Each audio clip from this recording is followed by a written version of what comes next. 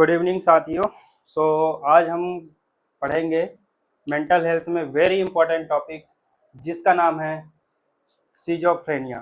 Schizophrenia एक ऐसा topic है बेटा जो कि आपके कई सालों से क्वेश्चंस अराइज हो रहे हैं, चाहे वो बीएससी नर्सिंग का एग्ज़ाम हो, चाहे आरआरबी का हो, है ना, या तो थ्योरी क्लासेस का हो, या तो कंपटीशन से रिलेटेड जितने भी एग्ज़ाम्स हो रहे हैं, सीएचओ, एनएचएम और आरआरबी, एम्स, है ना, हर जगह से सिजोफ्रेनिया में एक या दो या तीन क्वेश्चंस देखने को जरूर मिलते हैं। तो आज हम इसी को समझेंगे कि एक्चुअली में सिजोफ्रेनिया होता क्या है। ठीक है, तो लेट्स स्टार्ट सिजोफ्रेनिया। ठीक है, वेरी इंपॉर्टेंट टॉपिक है बेटा, ध्यान दीजिएगा, नोट्स बनाते रहिएगा। ठीक है, सिजोफ्रेनिया, सिजोफ्रेनिया, ठीक है, very very very very very very important topic है बेटा जिसका नाम है सिजोफ्रेनिया। ठीक है, सिजोफ्रेनिया। तो सबसे पहले हम ये समझेंगे कि सिजोफ्रेनिया होता क्या है। ठीक है, तो आप सभी को पता है कि सिजोफ्रेनिया क्या है, एक प्रकार का मेंटल डिसऑर्डर है। क्या बेटा? मेंटल डिसऑर्डर है। ठीक है, अगर मेंटल डिसऑर्डर है बेटा तो हमेशा मेंटल डिसऑर्डर पहले हम लिख लेते हैं कि मेंटल डिसऑर्डर है। It is a mental disorder. ठीक है, सिजोफ्रेनिया क्या है बेटा? एक प्रकार का मेंटल डिसऑर्डर है। अगर मेंटल डिसऑर्डर है तो हम इसमें तीन चीजें, मेंटल डिसऑर्डर में तीन चीजें देखते हैं। सबसे पहले देखते हैं अपन क्या पढ़ते हैं बेटा? ईट मतलब कि इमोशन, ठीक है, थॉट और दूसरा एक्शन। ठीक है, अपन ने क्या पढ़ता है? It is a mental disorder. ठीक है, अगर सिजोफ्रेनिया का है, एक प्रकार का मेंटल डिसऑर्डर है। अगर मेंटल डिसऑर्डर में देखा जाए बेटा, मेंटल डिसऑर्डर में देखा जाए तो तीन चीजें अपन एबनॉर्मल फाइंड आउट होता है जिसे हम बोलते हैं मेंटल डिसऑर्डर। ठीक है, abnormal emotions, abnormal thoughts, abnormal actions. ठीक है, अगर देखा जाए बेटा कि अगर एक किसी एक मतलब कि किसी एक जैसे कि इमोशंस है, अगर ये एबनॉर्मल, ये दोनों नॉर्मल है, अगर ये एबनॉर्मल है तो उसको हम बोल देते हैं मूड डिसऑर्डर। ठीक है, लेकिन अगर मान लीजिए थॉट है तो अगर ये दोनों नॉर्मल है, अगर ये है तो इसको बोल देंगे थॉट डिसऑर्डर्स। ठीक है, अगर एक्शंस है तो इसमें आप लोगों को पता है कैटाटोनिक डिसऑर्डर्स वगैरह हम पढ़ते हैं, पर अगर इन तीनों में एबनॉर्मलिटी है तो हम उसको बोल देंगे मेंटल डिसऑर्डर्स। ठीक है, तो हम जो पढ़ने जा रहे हैं बेटा पॉइंट, हम 5 ऐसे पॉइंट्स पढ़ेंगे जिसमें आपको क्लियर हो जाएगा कि सिजोफ्रेनिया होता क्या है। तो ये हमारा फर्स्ट पॉइंट है बेटा। ठीक है, फर्स्ट पॉइंट में अपन ने क्या पढ़ा कि सिजोफ्रेनिया क्या होता है? एक प्रकार का मेंटल डिसऑर्डर होता है जिसमें एबनॉर्मल इमोशंस, एबनॉर्मल थॉट्स और एबनॉर्मल एक्शंस देखने को मिलता है। ठीक है, फर्स्ट पॉइंट क्लियर है। नेक्स्ट सेकंड पॉइंट पढ़ते हैं। सेकंड पॉइंट, तो सेकंड पॉइंट में हम देखते हैं कि मेंटल डिसऑर्डर्स ऐसे तो नहीं हो सकते, कुछ ना कुछ रीजन होते होंगे, कोई ना कोई कॉजेस होता होगा, इटियोलॉजी होता होगा। तो चलो एक बार इटियोलॉजी देख लेते हैं। सेकंड पॉइंट,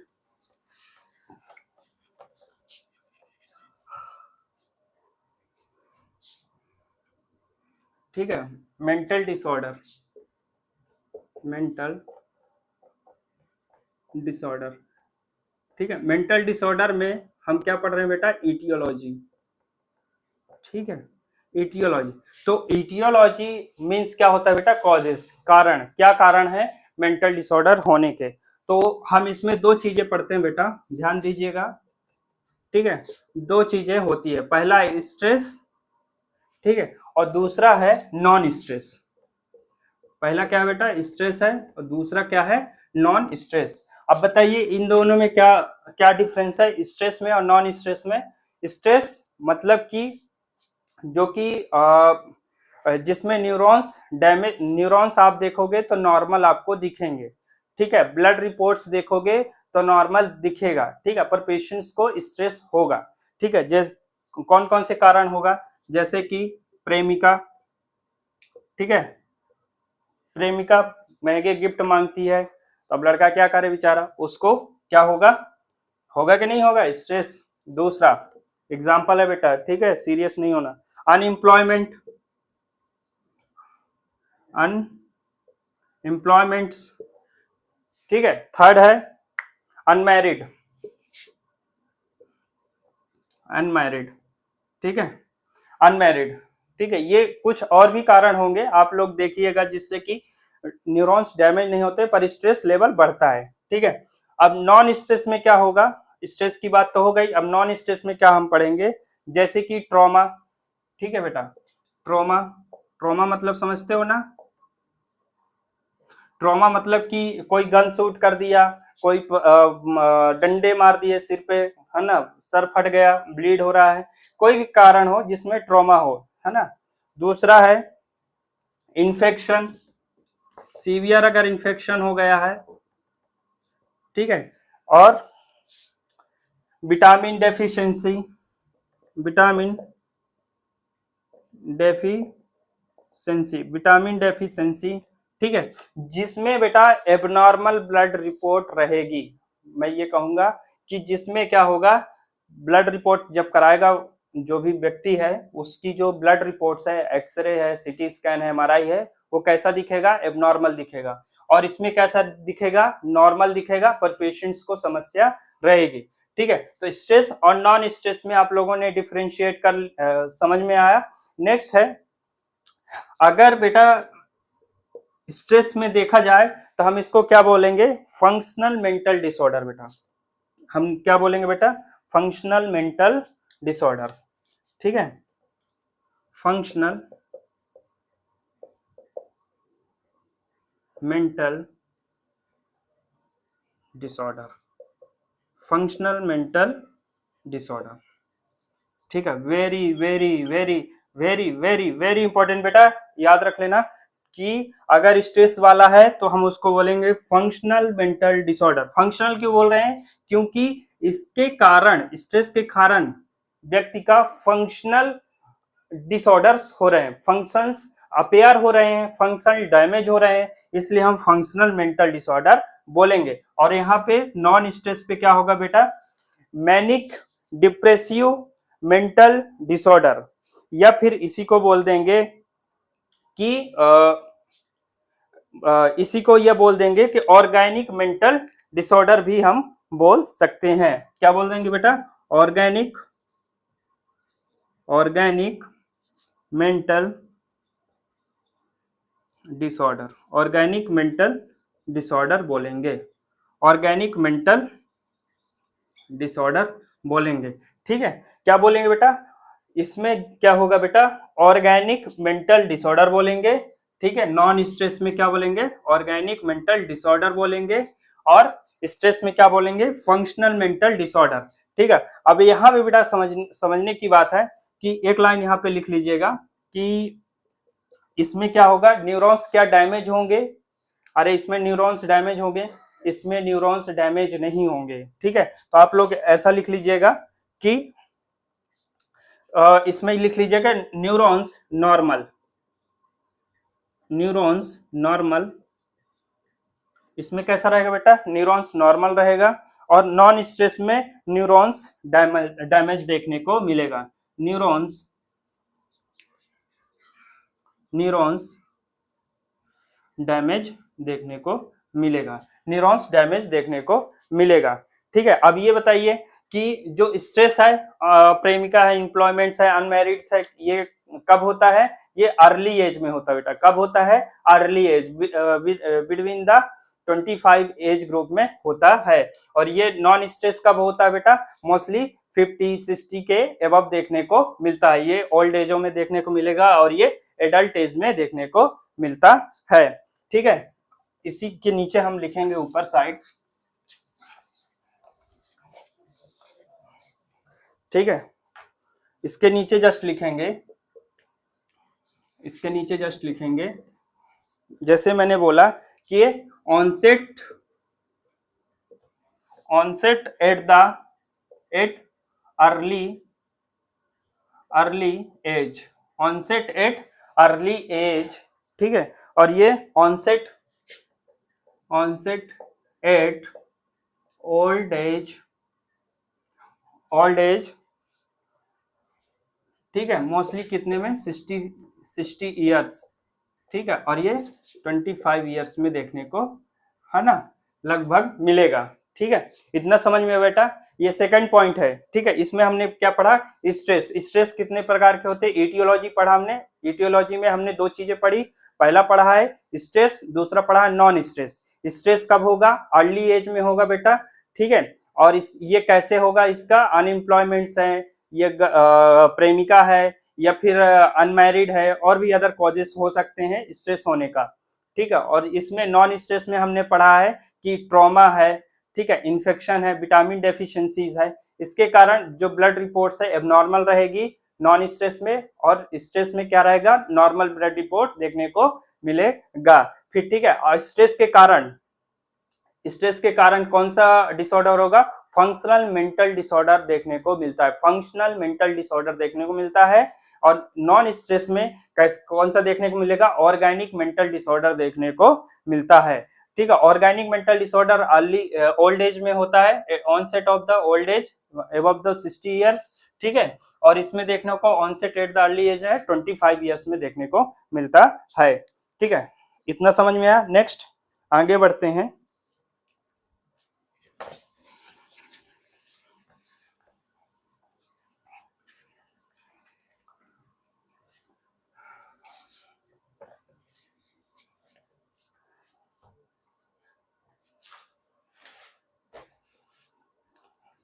नेक्स्ट है बेटा, थर्ड पॉइंट है जिसका नाम है इनसाइट। इनसाइट, तो इनसाइट में बेटा हम पढ़े थे कि इनसाइट क्या होता है, कि इनसाइट में पेशेंट जो है अवेयर अबाउट डिसीज, या तो सेल्फ या तो अदर्स में। ठीक है, हम इसकी वीडियो बना चुके हैं, आप लोग देख सकते हैं। तो इनसाइड में क्या होता है, पेशेंट्स अवेयर अबाउट डिसीज,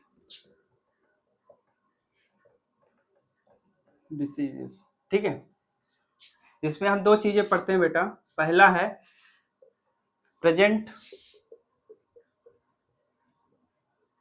दूसरा है अब्सेंट। पहला है प्रेजेंट, दूसरा है अब्सेंट। ठीक है, अगर हम ये बोल रहे हैं बेटा कि अगर कोई व्यक्ति अपने बारे में प्रेजेंट है, अब उसको अपने बारे में पता है, अवेयर है, तो उसको हम प्रेजेंट बोलेंगे। अगर कोई व्यक्ति अपने बारे में अब्सेंट है ना, अपने बारे में नहीं जान पा रहा, तो उसको हम अब्सेंट इनसाइड बोलेंगे। ठीक है, अब इसके आगे देखिएगा कि अगर कोई व्यक्ति अपने बारे में प्रेजेंट है, अपने बारे में अवेयर है, तो हम उसको बोलते हैं न्यूरोटिक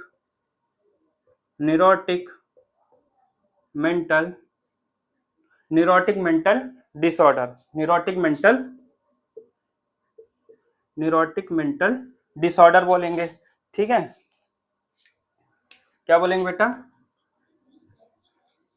न्यूरोटिक मेंटल डिसऑर्डर बोलेंगे। ठीक है, और यहाँ पे अगर कोई व्यक्ति अपने बारे में अब्सेंट है, अपने बारे में अवेयर नहीं है, तो उसको हम क्या बोलेंगे, साइकोटिक मेंटल डिसऑर्डर हम बोलेंगे।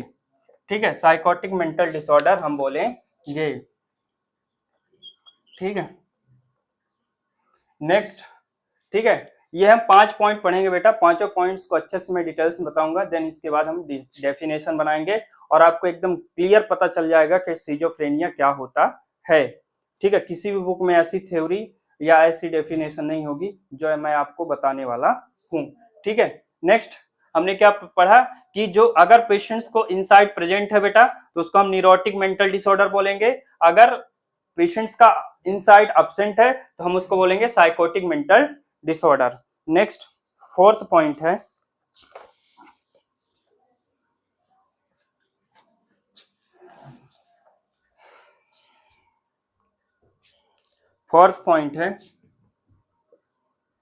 ठीक है, psychotic mental disorder psychotic mental disorder. ठीक है, अभी जो हमने पढ़ा था कि इनसाइट एब्सेंट है तो उसको हम साइकोटिक मेंटल डिसऑर्डर पढ़ेंगे, वही है बेटा। इसमें दो सिम्टम्स मोस्टली देखा जाता है बेटा, जिसको हम देख करके कह सकते हैं कि ये 100% साइकोटिक मेंटल डिसऑर्डर का पेशेंट है। वो दो सिम्टम्स कौन से बेटा? Delusion and hallucinations. अगर किसी पेशेंट्स में डिल्यूजन और हेलुसिनेशंस प्रेजेंट है तो हम क्लियरली कह सकते हैं कि ये पेशेंट साइकोटिक मेंटल डिसऑर्डर का है। ठीक है, ठीक है। ये क्लिनिकल मैनिफेस्टेशन आप ऐसे लिख लीजिएगा, ये साइन सिम्टम्स लिखिएगा। पहला है डिल्यूजन और दूसरा है बेटा हेलुसिनेशन। डिल्यूजन एंड हेलुसिनेशंस होते हैं। ठीक है, ये दो चीजें hallucination and delusion psychotic mental disorder में देखने को मिलता है। नेक्स्ट है फिफ्थ पॉइंट। आप बताइए कि जो साइकोटिक पेशेंट है बेटा, साइकोटिक मेंटल डिसऑर्डर पेशेंट अगर कोई है तो आप उसको किसके पास ले जाओगे? हॉस्पिटल ले जाओगे कि बाबा के पास ले जाओगे? है ना, बाबा के पास नहीं ले जाना है, हॉस्पिटल ले जाना है। ठीक है, तो ऐसे मरीजों को क्या करोगे आप? हॉस्पिटलाइज करोगे। मरीज को क्या करोगे बेटा? ट्रीटमेंट के लिए। ठीक है, मरीज के ट्रीटमेंट के लिए अब क्या करोगे? हॉस्पिटलाइज करोगे। क्या करोगे बेटा? हॉस्पिटलाइज करोगे। पेशेंट को क्या करोगे? हॉस्पिटलाइज। ठीक है, हॉस्पिटलाइजेशंस। ठीक है, हॉस्पिटलाइजेशंस करोगे, हॉस्पिटलाइज करोगे। ठीक है, नेक्स्ट हमने पांचों पॉइंट अच्छे से समझ लिया है। ठीक है, अब नेक्स्ट हम पढ़ते हैं 5 पॉइंटों को एक बार रिवाइज करते हैं, देन स्टार्ट करते हैं डेफिनेशन। तो हमने पहले पॉइंट में क्या पढ़ा था बेटा? फर्स्ट पॉइंट में हमने क्या पढ़ा था कि मेंटल डिसऑर्डर क्या होता है? मेंटल डिसऑर्डर क्या होता है? ईट होता है, यानी कि emotion, actions, thoughts, abnormal emotions, abnormal actions, abnormal thoughts. ठीक है, दूसरा हमने पढ़ा था, दूसरे पॉइंट में क्या पढ़ा था कि मेंटल डिसऑर्डर क्या होता है? फंक्शनल होता है कि ऑर्गेनिक होता है? ठीक है, मेंटल डिसऑर्डर कैसा होता है बेटा? फंक्शनल क्या ऑर्गेनिक? फंक्शनल और वर्सेस ऑर्गेनिक। ऑर्गेनिक। तीसरे पॉइंट में हमने पढ़ा था न्यूरोटिक मेंटल डिसऑर्डर कैसा होता है बेटा? मेंटल डिसऑर्डर कैसा होता है? न्यूरोटिक होता है कि साइकोटिक होता है? वर्सेस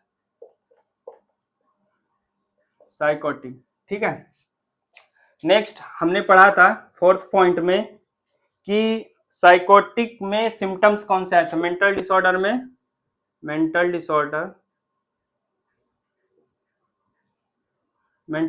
में साइन एंड सिम्टम्स क्या थे बेटा? ठीक है, क्या थे बेटा? Delusions and hallucinations. ठीक है, और फिफ्थ पॉइंट में हमने क्या पढ़ा था कि मेंटल डिसऑर्डर को जो पेशेंट्स है उसको क्या करेंगे, है ना, हॉस्पिटलाइज करेंगे कि नहीं करेंगे? है ना, हॉस्पिटलाइजेशन करेंगे कि नहीं करेंगे? या तो हॉस्पिटल जब ठीक हो जाएगा तो हॉस्पिटल से होम में लाएंगे। ठीक है, हॉस्पिटलाइजेशन। ठीक है, अरे हमने यही तो पढ़ा था बेटा। ठीक है, अब देखिए डेफिनेशन बनने जा रहा है सिजोफ्रेनिया का। तो मेंटल डिसऑर्डर क्या है बेटा? जो सिजोफ्रेनिया है उसकी अब हम डेफिनेशन बनाएंगे, समझिएगा। सिजोफ्रेनिया क्या है? Schizophrenia is a functional mental disorder. मैं क्या बोल रहा हूं कि सिजोफ्रेनिया किसे कहते हैं? एक प्रकार का मेंटल फंक्शनल डिसऑर्डर कहते हैं। सिजोफ्रेनिया इज अ क्या है? Schizophrenia is a functional mental disorder. ठीक है, नेक्स्ट हम दूसरी लाइन पढ़ेंगे। ठीक है, सिजोफ्रेनिया इज अ फंक्शनल, ठीक है, साइकोटिक मेंटल डिसऑर्डर। ठीक है, क्या मैं बोल रहा हूं, schizophrenia is a functional psychotic mental disorder. ठीक है, तीसरी line, schizophrenia is a functional psychotic clinical manifestation of delusions and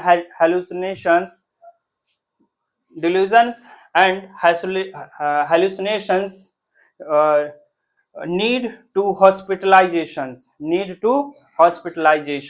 ठीक है, नीड टू हॉस्पिटलाइजेशन। तो इसको मैं डिफाइन करता हूं और भी क्लियर मैं डेफिनेशंस को बनाने की कोशिश करता हूं। ठीक है, नेक्स्ट है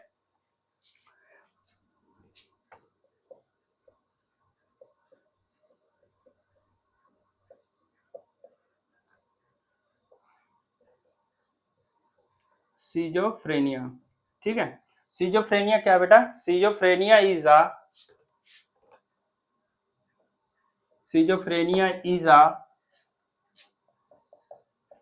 functional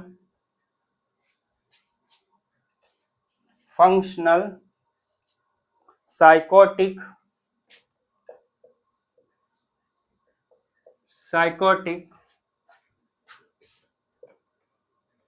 mental disorder psychotic mental disorder that classical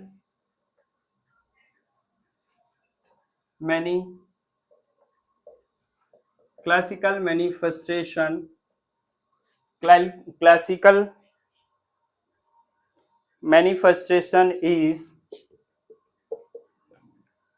delusions and hallucination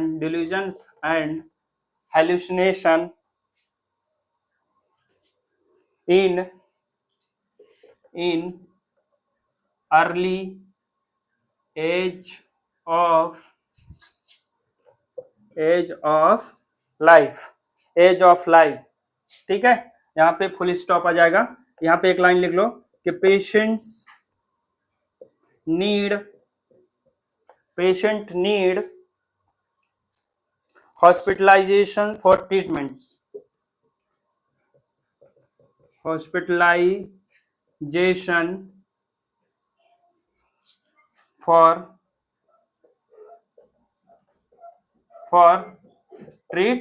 treatment.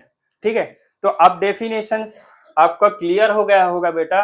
इतना माथा पच्ची इसलिए कर रहे थे कि आप डेफिनेशन एक बार में देखो और डेफिनेशन आपको, है ना, रट जाए, एकदम याद हो जाए। तो मैं क्या बोल रहा हूं कि सिजोफ्रेनिया क्या होता है, is a functional mental disorder. ठीक है, and mental disorder that classical manifestations is delusion and hallucination in early age of life यानी कि 25 एज के आसपास की। ठीक है, मेंटल डिसऑर्डर होता है और patient need to hospitalization. I hope कि आप लोगों को डेफिनेशन अच्छे से याद हो गया होगा। मैं इस डेफिनेशन का एक एक वर्ड एकदम अच्छे से एक्सप्लेन किया है 5 पॉइंटों में। ठीक है, एक बार आप रिवाइज करिएगा, आपको अच्छे से याद हो जाएगा कि फंक्शनल क्यों लिखा मैंने, साइकोटिक डिसऑर्डर क्यों लिखा है, ये सारी चीजें मैंने पॉइंट वाइज आपको एक्सप्लेन कर दिया है। ठीक है, नेक्स्ट, आई होप कि आप लोगों को अच्छे से ये समझ में आ गया होगा। नेक्स्ट पढ़ते हैं आगे। नेक्स्ट जो पॉइंट है बेटा, जिसका नाम है हिस्ट्री ऑफ सिजोफ्रेनिया। हम सिजोफ्रेनिया जब भी पढ़ते हैं तो एक हिस्ट्री जरूर पढ़ते हैं बेटा, क्योंकि हिस्ट्री कई बार क्वेश्चन पूछता भी है और इम्पोर्टेंट भी है। इस वजह से हम थोड़ा हिस्ट्री देखेंगे।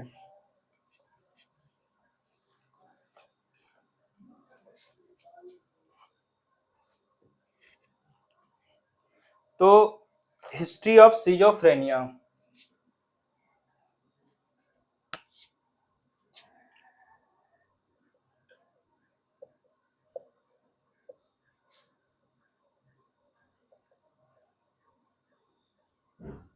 History of schizophrenia. तो हिस्ट्री ऑफ सिजोफ्रेनिया में एक फेमस साइंटिस्ट का नाम आता है जिनका नाम था क्रैपलिन।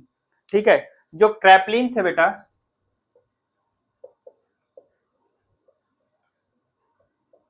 क्रैपलिन, ठीक है, क्रैपलिन का नाम आता है। ये फर्स्ट पर्सन थे जो गिव मेंटल डिसऑर्डर क्लासिफिकेशंस। ये कौन थे बेटा? इन्होंने फर्स्ट टाइम मेंटल डिसऑर्डर को क्लासिफिकेशन किया था।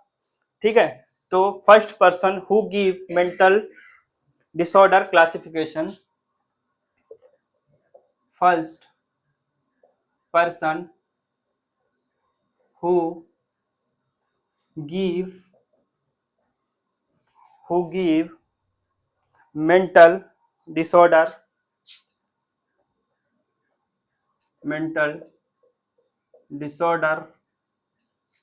classification।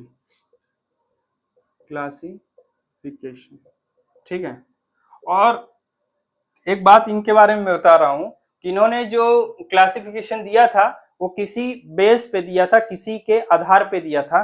तो किस बेस पे था? On the basis of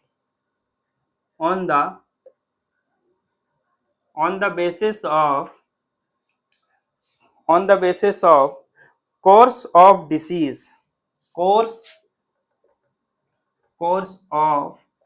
disease. इसका मतलब क्या हुआ बेटा कि बीमारी जो है, कोर्सेस ऑफ द डिसीज, किस स्पीड से, किस तरीके से जो बीमारी है, मेंटल डिसऑर्डर्स कैसे बढ़ते हैं। जैसे कि मान लो कि एग्जांपल दे रहा हूं कि आपको रात को हैवी खाना खा लिया, रोटी ज्यादा खा ली या कच्ची रोटी खा ली, तो सुबह क्या हो गया? डायरिया हो गया। ठीक है, तो ये स्पीड में। अब किसी को HIV हो गया है ना, कांड किया आज, और उसके 2034 में क्या हुआ? उसको HIV हुआ, 100 हुए सिम्टम्स। तो उस आधार पे एग्जाम्पल दे रहा हूं, है ना, उस आधार पे क्या हुआ? इन्होंने courses, speeds of the mental disorders के आधार पे इन्होंने क्या किया कि क्लासिफिकेशन दिया। ठीक है, या फिर ऐसा कह सकते हैं ड्यूरेशन ऑफ डिसीज, है ना, या फिर इसको ऐसे भी बोल सकते हैं ड्यूरेशन ऑफ डिसीज। इस आधार पे इन्होंने क्या किया बेटा? मेंटल डिसऑर्डर को क्लासिफाई किया। ठीक है, और इन्होंने कहा कि प्रोग्रेस ऑफ, या तो ऐसा भी लिख सकते हैं प्रोग्रेस ऑफ डिसीज। ठीक है, ठीक है, तो इन्होंने दो चीजें बोली क्लासिफिकेशन में। क्या बोला इन्होंने? दो चीजें बताई। पहला है, समझिएगा, वेरी इंपॉर्टेंट बेटा। ठीक है, इन्होंने दो चीजें बोली, एक कंटिन्यूअस, पहला है कंटिन्यूअस, दूसरा है एपिसोडिक। ठीक है, पहला क्या है बेटा? कंटिन्यूअस का मतलब आप लोगों को अच्छे पता है, कंटिन्यू रहना। ठीक है, और एपिसोडिक मतलब पता होगा कि एक बार आना फिर चले जाना, फिर आना फिर चले जाना। ठीक है, तो इन्होंने बोला कि अगर बीमारी आपकी कैसी है, 24/7 डेज है, तो उसको हम बोलेंगे कंटिन्यू। और इसमें उन्होंने ये बोला कि अगर बीमारी कैसी है बेटा कि एक बार आती है फिर ठीक हो जाती है, फिर सिम्टम्स अपेयर होते हैं फिर ठीक हो जाते हैं, फिर अपेयर होते हैं फिर ठीक हो जाते हैं। ठीक है, एपिसोड में आ रहा है। और इसमें कैसा है कि एक बार बीमारी आई, ठीक है, एक बार बीमारी आई और ये ऊपर ही मतलब कि कंटिन्यू चलती रही। सिम्टम्स कैसे हैं? कंटिन्यू अपेयर हो रहे हैं। तो इन्होंने इस आधार पे किया। ठीक है, नेक्स्ट है, इन्होंने ये बोला कि अगर कोई बीमारी कंटिन्यू अगर चलती रहेगी तो हम उसको क्या बोलेंगे? इन्होंने क्या बोला कि अगर कोई बीमारी कंटिन्यू चलती रहेगी तो हम उसको बोलेंगे डिमेंशिया प्रिकॉक्स। क्या बोलेंगे बेटा? Dementia praecox. क्या बोलेंगे? डिमेंशिया प्रिकॉक्स बोलेंगे। इन्होंने बताया डिमेंशिया प्रिकॉक्स बोलेंगे। ठीक है, नेक्स्ट, अगर यहाँ पे होगा, यहाँ पे एपिसोडिक रहेगा तो पेशेंट पहले हाइपर हो रहा है, यहाँ पे देखिए पहले हाइपर हो रहा है, फिर डिप्रेस हो रहा है, फिर हाइपर हो रहा है, फिर डिप्रेस हो रहा है, फिर हाइपर हो रहा है, डिप्रेस हो रहा है। तो इसको उन्होंने बोला मैनिक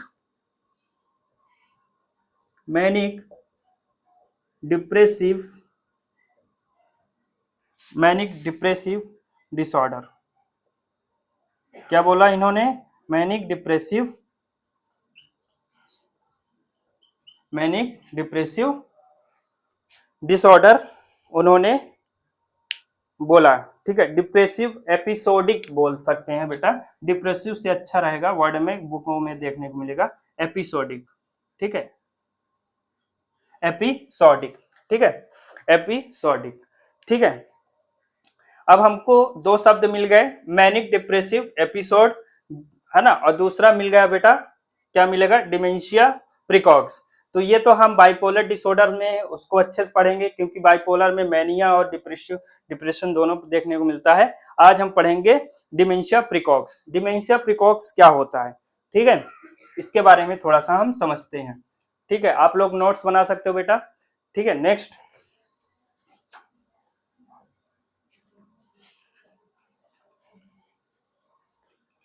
अगर वीडियो अच्छा लगे तो हमारे चैनल को सब्सक्राइब करें और शेयर करें।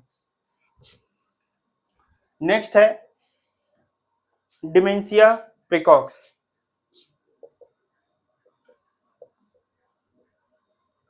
डिमेंशिया प्रिकॉक्स, ठीक है, डिमेंशिया प्रिकॉक्स क्या होता है? ठीक है,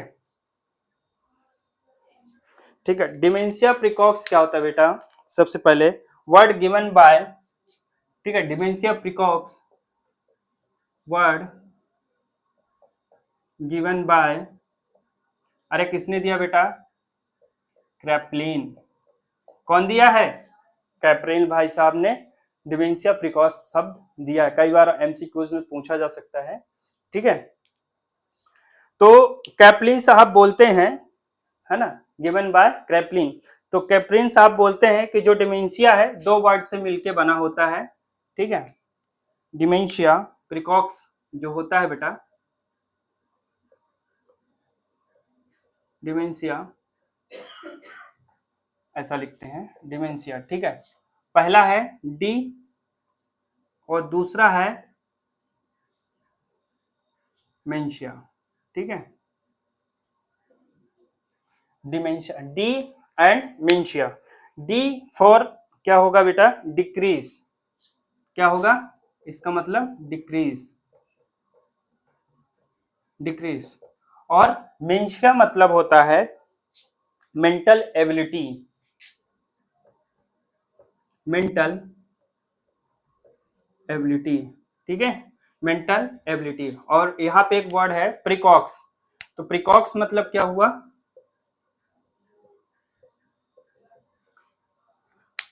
प्रिकॉक्स मीन्स बोलते हैं इन early stage of life, in early stage of life, in early stage of life. ठीक है, जो हमने पढ़ चुके हैं।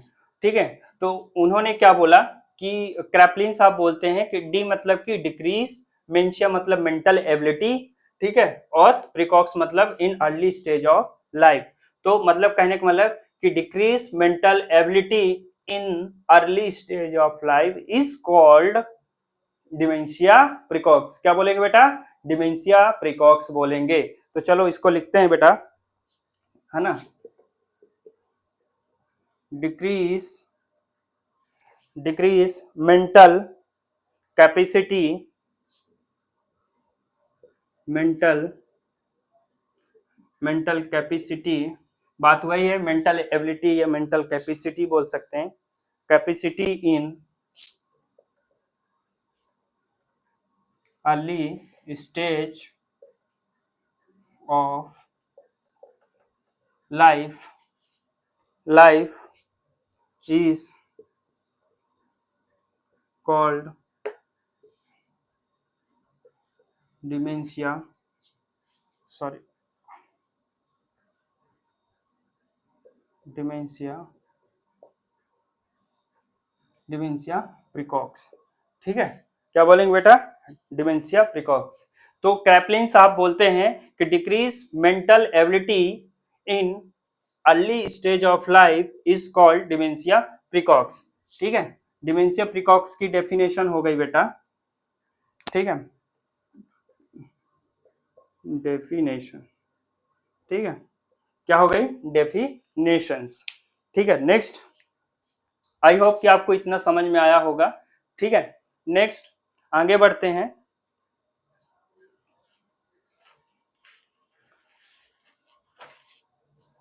ठीक है, अब इसके आगे जब बढ़ते हैं बेटा, तो जो डिमेंशिया प्रिकॉक्स है, इसका एक बार नाम चेंज किया गया। ठीक है, रीनेम। ठीक है, कब कब रीनेम हुआ बेटा, ये बात कह रहे हैं 1912। ठीक है, 1912, या कुछ कुछ बुकों में 1908 का भी जिक्र है बेटा। ठीक है, तो 1908 है ना, पर बेस्ट अगर कोई पूछेगा तो 1908 बताना है एक वर्ड में अगर पूछे। अगर क्वेश्चन में कई बार दोनों लिखे रहते हैं तो 1908 ही करिएगा, अगर 1908 नहीं है तो 1912 जरूर होगा। ठीक है, तो डिमेंशिया प्रिकॉक्स का जो नाम है बेटा, उसको हटा करके यहाँ पे क्या नाम रखा गया था, सीजोफ्रेनिया। ठीक है, क्या नाम रखा गया बेटा, सीजोफ्रेनिया। यहाँ पे वर्ड 1908 में सीजोफ्रेनिया वर्ड्स दिया गया था। ठीक है, और कौन दिया था बेटा, ये वर्ड, ये जो रीनेम किया था, वो रीनेम करने वाला कौन था, हु। ठीक है, उनका नाम था यूगेन। ठीक है, यूगेन ब्लूरर। यूगन ब्लूरन भाई साहब आए, उन्होंने डिमेंशिया प्रिकॉक्स का नाम चेंज करके क्या बोला उन्होंने, सीजोफ्रेनिया वर्ड्स दिया। कब दिया, 1908 में इन्होंने बोला कि डिमेंशिया प्रिकॉक्स नहीं, इसको सीजोफ्रेनिया बोलो। ठीक है, 1908 में। ठीक है, नेक्स्ट, तो इन्होंने बताया भी, है ना, यूगन ब्लूरन ने बोला कि जो सीजोफ्रेनिया है, इसको दो शब्दों से मिलकर के बना होता है। ठीक है, ये दो शब्दों से मिलके बना होता है ना।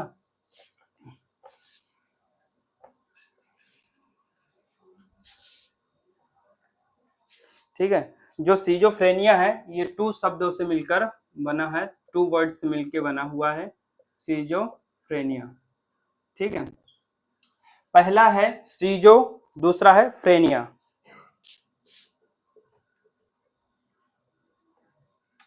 अरे यार, सीजो, दूसरा है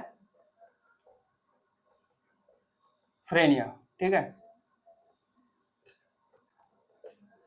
दो वर्ड से मिलकर बना है, जिसका नाम है सीजो, मतलब कि स्प्लिट।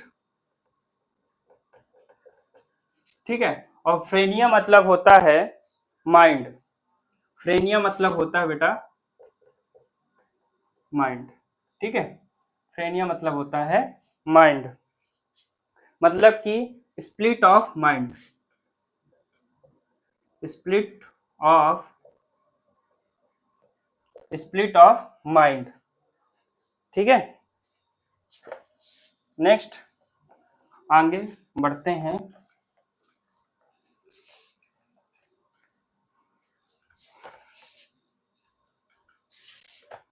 नेक्स्ट,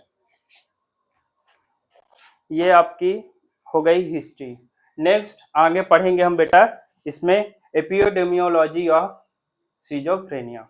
एपियोडेमियोलॉजी ऑफ सीजोफ्रेनिया बेटा।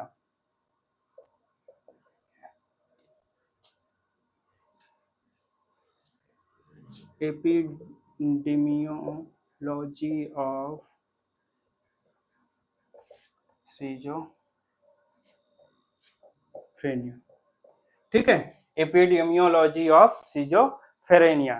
ठीक है, तो प्रेविलेंस रेट इसका जो है बेटा, क्या बेटा, प्रेविलेंस रेट,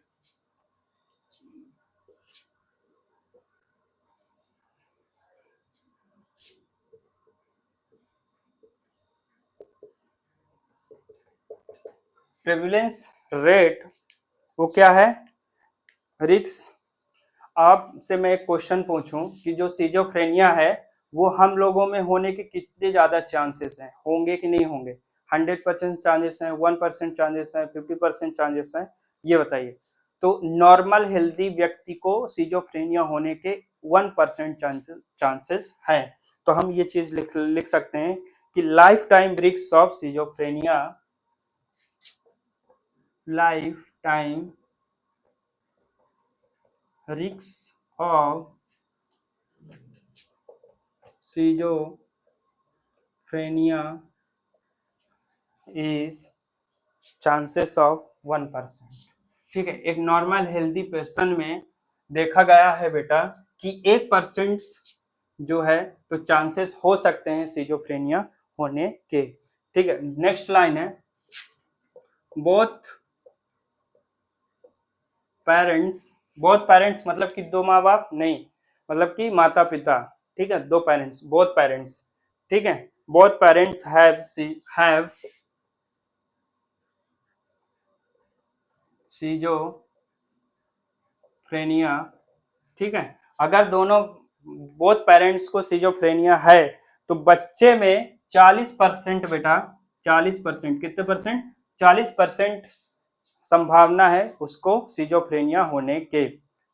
ठीक है, नेक्स्ट है कि सिंगल पेरेंट सिजोफ्रेनिया, अगर किसी सिंगल दो मतलब दोनों माता पिता में से किसी एक को है, ठीक है, single parents have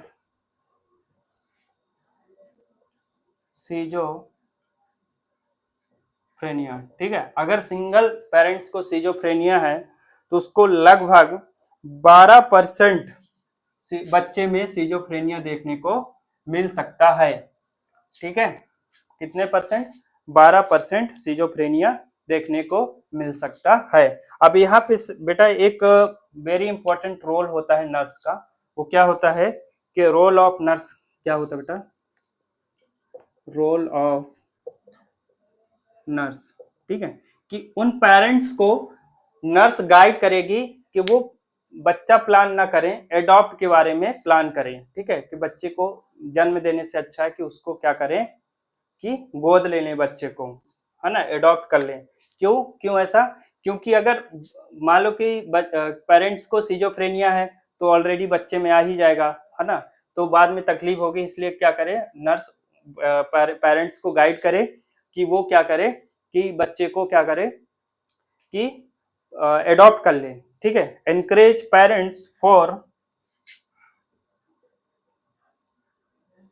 encourage parents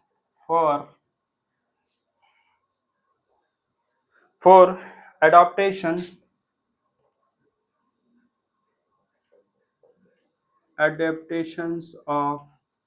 adaptation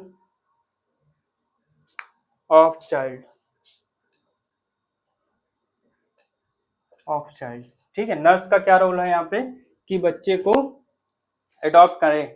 ठीक है, पेरेंट्स को एनकरेज करना है। ठीक है, नेक्स्ट है मेल और फीमेल में देखा गया है बेटा कि मेल में कितना होता है तो इक्वली होता है, मेल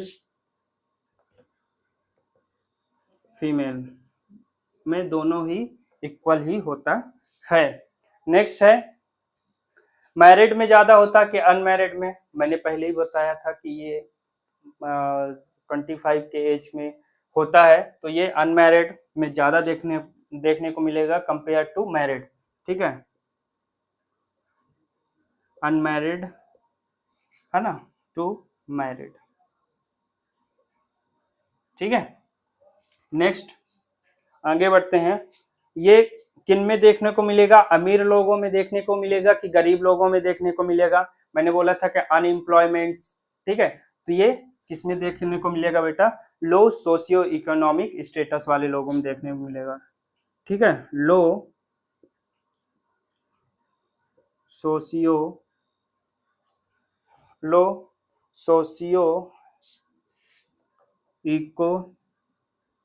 इकोनॉमिकल स्टेटस वाले लोगों में ज्यादा देखने को मिलेगा। ठीक है, नेक्स्ट पॉइंट है पुअर पीपल मेंटल डिसऑर्डर इसमें देखने को मिलेगा। ठीक है, नेक्स्ट है dilated of third ventricle of brain. ठीक है, बस इतना ही लिख सकते हैं। ठीक है, अब इसमें क्या होता है बेटा कि increase dopamine and serotonin level. ठीक है, इसमें क्या हो, एक लाइन और लिख लेते हैं, अगर देखा जाए तो इसमें क्या होता है, ब्रेन डिसऑर्डर्स में देखा जाए कि इसमें क्या होता है, increase dopamine and serotonin level, ठीक है, सीरोटोनिन लेवल, ठीक है। इसमें क्या देखा जाता है बेटा कि increase dopamine and serotonin level देखने को मिल सकता है, ठीक है। तो ये हो गया बेटा epidemiology of schizophrenia. I hope कि आपको यहाँ तक आपको समझ में आया होगा अच्छे से। नेक्स्ट हम आगे बढ़ते हैं, ठीक है। और यहाँ पे एक चीज और लिख देना, ऑनसेट ऑफ 25 ईयर्स, ठीक है, 25 साल के गर्ल्स बॉयज में देखने को मिलता है। नेक्स्ट आगे बढ़ते हैं बेटा, ठीक है। अब आगे बढ़ते हैं, अब इसमें देखते हैं बेटा कि साइन एंड सिम्टम्स या क्लिनिकल मैनिफेस्टेशन क्या क्या देखने को मिलता है।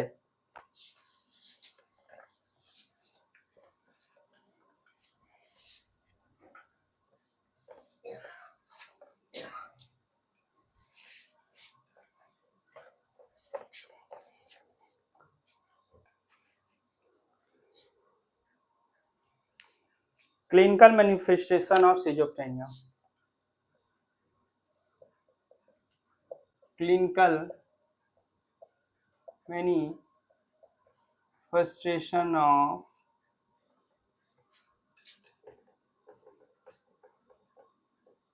सिजोफ्रेनिया, ठीक है।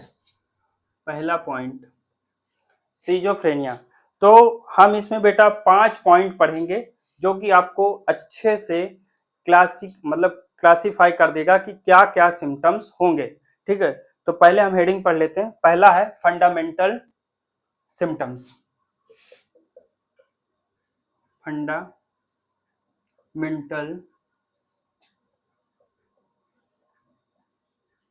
सिम्टम्स, ठीक है। दूसरा है positive and negative symptoms, positive and negative symptoms.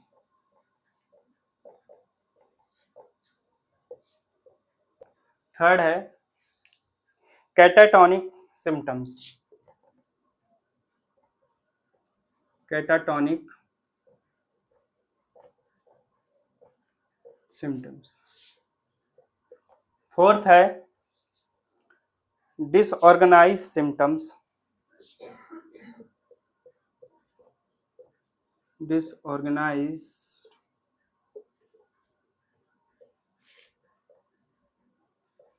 Symptoms. Next है first rank symptoms of schizophrenia, first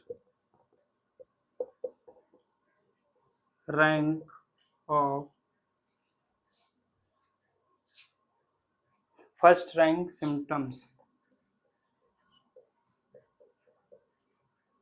symptoms of schizophrenia,